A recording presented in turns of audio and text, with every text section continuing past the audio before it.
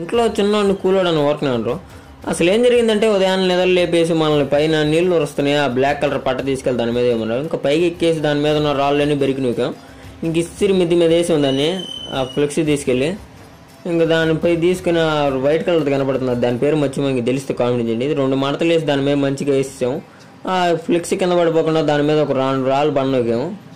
ఇంకా మన కిందకి వెళ్ళిపోయాము, మన పని అయిపోయింది అని చెప్పి మా నాన్న కిందకి వెళ్ళగానే కూరగాయలు తేవాలని చెప్పి మనకు తోడుగా కూలోడు కావాలి, మా నూనె తీసుకొని ఇంకా బిడ్డను స్టార్ట్ అయిపోయాం. ఇంకా ఇబ్రహంపేటకు వచ్చేసాడు, కూరగాయలు తక్కువలో వేస్తారు. ఇంకా కూరగాయలను తీసుకొని 1000 రూపాయలు డబ్బులు ఇస్తే 350 ఇచ్చేసి లేపేయడం వాటిని.